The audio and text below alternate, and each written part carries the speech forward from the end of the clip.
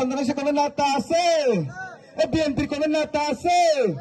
যুব দলের কোন নেতা আছে? ছাত্র দলের কোন নেতা আছে? স্বেচ্ছাসেবক দলের কোন নেতা আছে?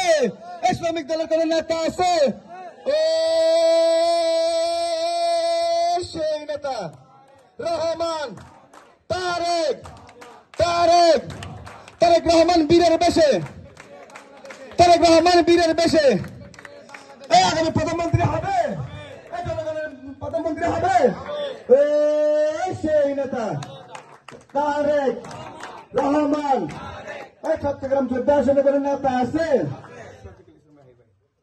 আমাদের কোন নেতা আছে? থাকলে বলো, জুড়ে বলো।